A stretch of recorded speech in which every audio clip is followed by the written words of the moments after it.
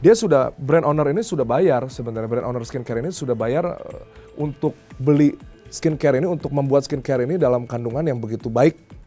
Namun karena oknum pabrik ini ingin mengambil keuntungan yang lebih, sehingga kandungannya dirubah tuh.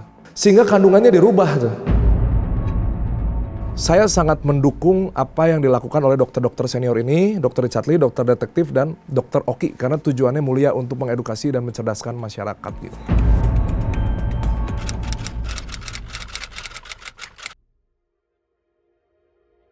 Skincare itu menurut saya adalah produk yang menjual harapan, dalam artian bahwa konsumennya berharap misalkan kulitnya ada flek atau kulitnya misalkan dia ingin lebih putih, lebih glowing, sehingga skincare ini dapat dikatakan sebagai produk kosmetik yang menjual harapan. Pangsa pasarnya tentunya masyarakat ya, tidak itu unisex, bisa pria, bisa wanita.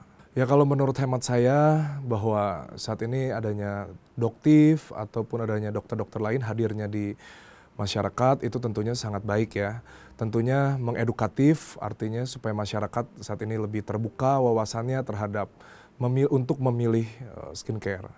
Jadi yang saya ketahui yang dilakukan oleh doktif itu adalah ketika ada produk yang sedang beredar itu di tes lab mandiri, apakah hasil labnya itu sama dengan komposisi atau ingredientsnya. Misalnya yang saya sudah pelajari, walaupun ini bukan literatur saya ya, tapi yang saya pelajari adalah di dalam kandungan skincare, kosmetik skincare itu ada 3 tuh. Ada pemutih wajah, itu untuk pencerah, itu kandungannya ada niacinamide, ada chromobrite, ada alpha arbutin. Nah itu biasanya di dalam situ kandungnya ada berapa persen tuh, apakah 1 atau 2 atau 3%.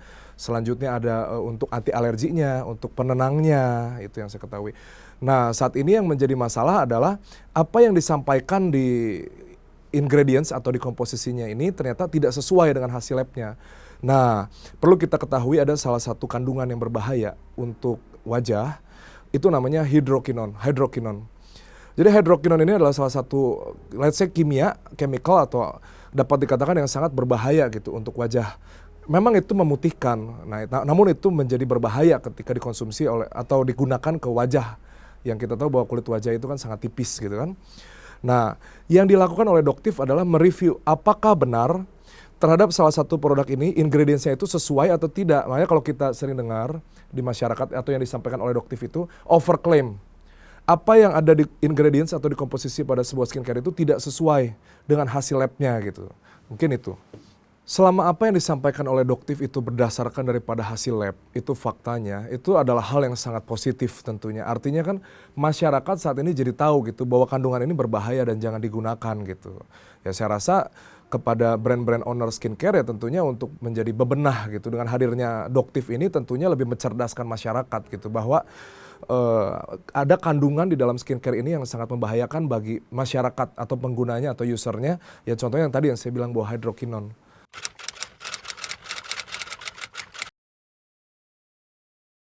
Brand owner skincare itu belum tentu memiliki pabrik. Artinya owner skincare ini memproduksi atau maklun, itu mungkin bahasa sehari-harinya, di salah satu pabrik. Tentunya apabila terdapat komposisi-komposisi yang berbeda, contoh misalkan di salah satu ingredientsnya ada niacinamide. Ada berapa persen komposisinya. Tentunya kalau komposisinya lebih tinggi pasti harganya akan menjadi lebih mahal. Ada vitamin D-nya, ada vitamin D atau tidak ada vitamin D tentunya mempengaruhi harga. Nah saat ini yang terjadi adalah yang menjadi mafia skincare itu salah satunya ya. Bahwa apa yang dipesan oleh brand owner skincare ini kepada pabrik, misalkan pesanannya itu itemnya A, B, C. Namun yang dibuat oleh pabrik itu hanya A dan B. Tentunya itu kan menjadi merugikan masyarakat gitu. Apa yang sudah dipasarkan oleh brand owner skincare ternyata tidak sesuai ingredientsnya. Nah itu tentunya akan ada keuntungan bagi pabrik. Karena pada saat brand owner ini membayar kepada pabrik, itu kan ada 3 item yang tadi saya bilang. Misalnya A, B, C, let's say. Itu saya kasih contoh aja, saya tidak bisa lebih detail karena literatur saya bukan di kosmetik lah. Cuma pada prinsipnya pabrik mengambil keuntungan dengan cara oknum pabrik mengambil keuntungan dengan cara seperti itu gitu. Jadi dipesannya apa, dibuatkannya apa. Itu satu tuh. Atau ada juga nih kalau kita lihat dari sudut pandangnya misalkan oknumnya brand owner skincare. Dia tahu nih komposisinya itu tidak sesuai tapi dicantumkan di ingredientsnya itu seolah-olah menjadi begitu komplit dan kompleks gitu komposisinya. Padahal faktanya tidak, supaya apa? Tujuannya supaya harga jualnya lebih tinggi. Nah, ada juga yang saat ini beredar, itu salah satu oknum pabrik. Jadi itu misalkan kita sekarang ngambil POV-nya itu, point of view-nya itu misalkan dari pabrik misalkan mengetahui nih suppliernya brand owner skincare ini siapa aja nih suppliernya. Itu dari oknum pabrik tuh langsung dia datang, dia ngasih produk, tidak perlu dibayar dulu, nanti bayarnya mungkin di hari terakhir. Sehingga akhirnya brand owner skincare ini tutup usahanya karena udah disuplai langsung oleh pabriknya gitu. Atau ada juga nih mafia skincare yang misalkan yang tadi saya bilang di awal tuh, dia udah bayar secara utuh, secara komplit nih bahwa dia ingredientsnya dari A sampai C misalkan. Tapi faktanya hanya diberikannya cuma A atau nol malah sama sekali. Isinya hanya hydroquinone gitu. Jadi kalau dipakai ke wajah itu menjadi putih, tapi menjadi berbahaya gitu.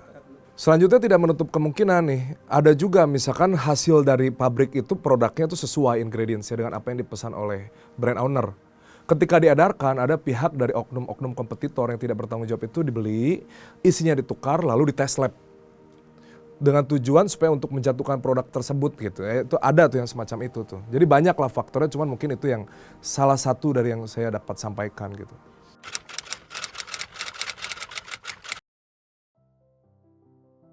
Waduh, kalau itu saya nggak tahu ya jawabannya. Itu yang tahu pasti oknum pabriknya ya. Apakah dia ada bermain hal seperti itu atau enggak gitu. Namun faktanya kita melihat nih, saat ini kan ada nih pabrik yang saat ini sudah ditutup izinnya, itu dia membuat skincare lagi dan diedarkan ke masyarakat, sedangkan skincare yang buat di pabriknya dia itu akhirnya dirusak tuh ingredientsnya gitu. Dan akhirnya di review kan oleh salah satu dokter yang cukup senior saat ini, akhirnya tidak lulus tes lab gitu. Padahal yang dibayarkan oleh brand owner skincare ini sebenarnya utuh tuh, komposisinya sesuai itu. Gitu. Jadi sebenarnya kalau kita melihat yang disebut mafia skincare itu dari mana? Sebenarnya banyak. Dari pabriknya, oknum pabriknya ada, dari oknum brand skincare-nya ada, mungkin dari permainan-permainan dari supplier dibawa sama kompetitornya, isinya sesuai sama dia dirubah sehingga pada saat nanti di tes lab digembar-gembor sehingga menjadi brand tersebut rusak, ada gitu. Ya karena pada prinsipnya tentunya kita bicara mungkin logika sederhananya bahwa tentunya skincare ini kan modalnya tidak murah ya. Pada saat dia sudah produksi dalam jumlah banyak, ternyata pada saat di review tidak layak untuk diedarkan, mungkin seperti apa yang direview oleh dokter berdasarkan daripada hasil lab, tentunya barang tersebut kan menjadi tidak dapat dijual. Mungkin karena keterbatasan modal ini sehingga duitnya tidak berputar sehingga akhirnya banyak brand-brand yang akhirnya tutup gitu. Jadi pada prakteknya gini, mungkin kalau saya boleh ceritakan sedikit ya. Jadi terhadap produk ini sebenarnya sudah BPOM dia tuh. Sebenarnya ini produk ini sudah lolos nih BPOM nih, tapi karena ada permainan daripada oknum pabrik atau oknum daripada yang brand owner skincare, yang ininya sampelnya ini lolos BPOM nih. Yang lain-lainnya ini yang diproduksi, yang barang-barang pada saat produksi yang ini nih yang tidak BPOM, dengan maksud tujuan apa ya, untuk untungnya supaya lebih besar gitu. Itu yang menjadi berbahaya gitu.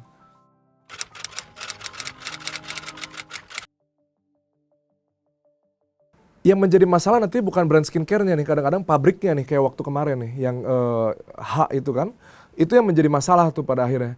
Kenapa? Karena brand skincare ini dia selalu menjaga kualitas produknya nih, let's say ya, mungkin dulu sebelumnya mereka sudah tes lab mandiri gitu.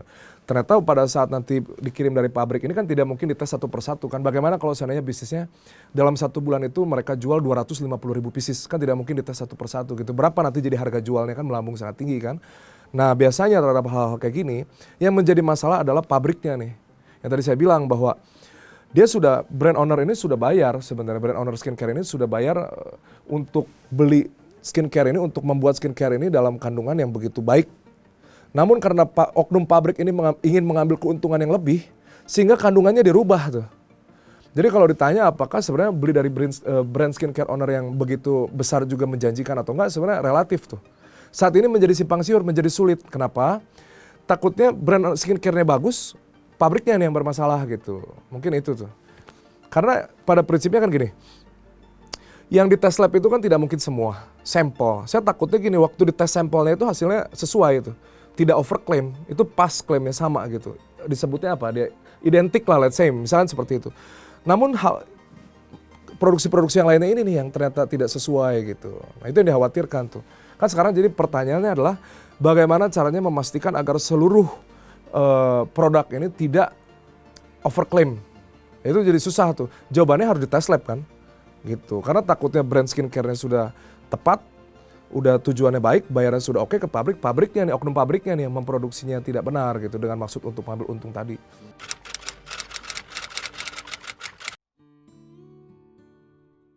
Jadi produk klien saya itu pernah direview oleh salah satu dokter yang cukup senior dan hasilnya itu tidak lolos tes lab. Dan pada saat itu brand kami menjadi anjlok penjualannya. Tapi kami menganggap ini adalah hal yang baik justru. Karena tujuan kami adalah bagaimana caranya kami dapat menjual produk kosmetik ini ke masyarakat dengan baik. Kan tujuannya kan seperti itu kan. Jadi kalau kami melihat bahwa dengan hadirnya review ini justru kami sekarang jadi tahu nih bahwa ternyata produk kami tidak lolos tes lab. Kenapa? Ya ternyata itu kan yang dipersalahkan kan ternyata yang diangkat adalah pabriknya itu. Pada saat kami waktu itu maklun atau produksi ke pabrik tersebut, tentunya kami kan percaya gitu kepada pabrik tersebut. Ternyata kandungannya tidak sesuai. Pada prinsipnya kami sebagai pelaku penjual skincare, kami sangat mengedepankan keamanan dan kenyamanan untuk konsumen. Tentunya itu kan tujuan kami sebagai pengusaha. Maka dari itu sekarang yang telah kami lakukan adalah kami sudah bebenah dan kami sudah ganti pabrik gitu. Dan terhadap produk-produk kami sudah sampel untuk di tes lab gitu. Sehingga aman dan nyaman untuk digunakan oleh masyarakat gitu.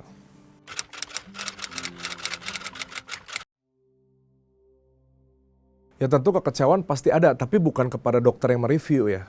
Artinya kan kita harus buka mata nih bahwa produk kita ternyata tidak lolos untuk di tes lab gitu kan. Kekecewaan kami adalah kepada pabriknya.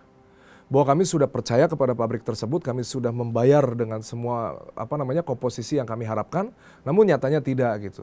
Tapi dengan hadirnya dokter yang mereview itu justru itu memberikan sebuah introspeksi lah kepada perusahaan kami sehingga kedepannya kami bisa jual ke masyarakat dengan komposisi yang aman gitu. Itu justru kami berterima kasih kepada dokter yang mereview sehingga saat ini kami tahu gitu bahwa produk kami seperti apa dan kami akan terus meningkatkan produk kami supaya pada saat digunakan oleh masyarakat tentunya menjadi aman gitu.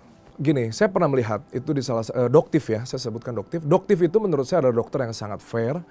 Saya pernah melihat itu di salah satu platform di media sosial.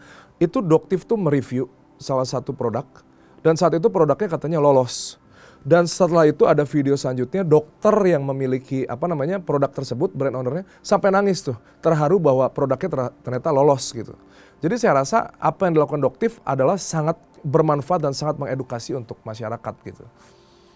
Ya tentunya memang pada saat direview bahwa produk kami overclaim, ya tentunya penjualan pasti menurun. Dan itu kami tidak bermasalah, memang kami kecewa kepada oknum pabriknya. Karena kami punya faktur bayar, itu sudah sesuai kok dengan komposisi apa yang ada dicantumkan pada produk. Yang faktanya ternyata overclaim. Kami berterima kasih lah kepada dokter yang sudah mereview, itu menjadi kalau dokter tidak mereview justru kami kan tidak menjadi aware gitu. Kan sekarang orang-orang jadi semua pengusaha-pengusaha owner skincare itu sekarang menjadi tes lab karena hadirnya dokter kan. Karena sebelumnya itu yang saya ketahui justru jarang karena biayanya kan tidak murah. Biasanya owner-owner ini percaya aja sama pihak pabrik gitu kan. Nah saat ini perusahaan kami sedang dalam pemulihan, seluruh kami sudah ganti pabrik saat ini dan kami sudah tes lab dan hasilnya nanti boleh diuji kembali oleh dokter-dokter senior gitu.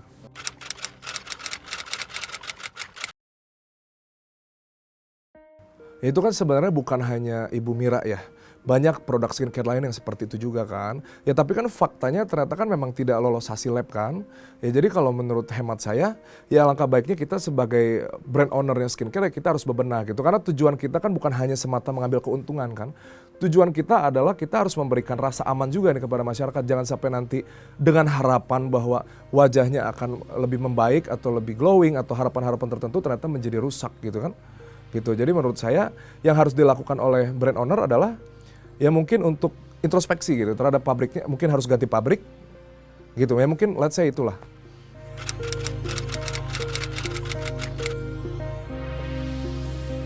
Justru kalau saya berpandangan lain, mohon maaf, saya melihat bahwa Dr. Richard Lee, Dr. Oki, dokter detektif itu adalah sosok yang sebenarnya sangat-sangat mulia. Karena pada prinsipnya mereka kan mengedukasi masyarakat kan. Nah kalau saya boleh berpendapat sebagai masyarakat pada umumnya, lebih baik untuk mengesampingkan hal-hal yang personal gitu. Karena ketiga dokter ini sangat dibutuhkan di masyarakat untuk mengedukasi masyarakat. Lebih baik saat ini kita jangan meninggalkan isu-isu yang pernah direview oleh para dokter terkait pabrik-pabrik ini nih. Supaya tidak bermunculan oknum-oknum pabrik. Pada prinsipnya kalau saya pribadi mewakili masyarakat mungkin ya, atau tidak mewakili masyarakat tapi saya secara pribadi, saya sangat mendukung apa yang dilakukan oleh dokter-dokter senior ini, Dr. Richard Lee, dokter detektif, dan Dr. Oki, karena tujuannya mulia untuk mengedukasi dan mencerdaskan masyarakat gitu. Ya saya percaya bahwa ketiga dokter ini adalah dokter yang objektif, itu aja, saya percaya itu, mereka adalah orang yang objektif karena hasil labnya itu kan tidak bisa berbohong, itu ada hasil labnya gitu. Kami percaya bahwa apa yang direview oleh ketiga dokter senior ini adalah objektif dan berdasarkan daripada data lab mandiri.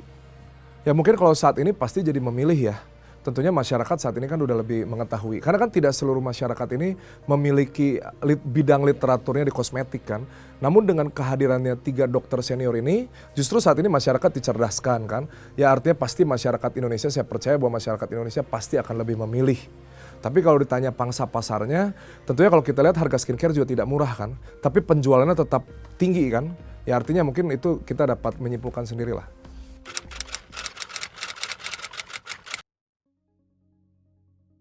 Ya mungkin yang hendak saya sampaikan adalah bahwa tentunya bisnis ini kan bukan hanya semata-mata untuk mencari keuntungan ya. Tentunya kita harus menjual barang tersebut menjadi uang yang halal atau yang berkah.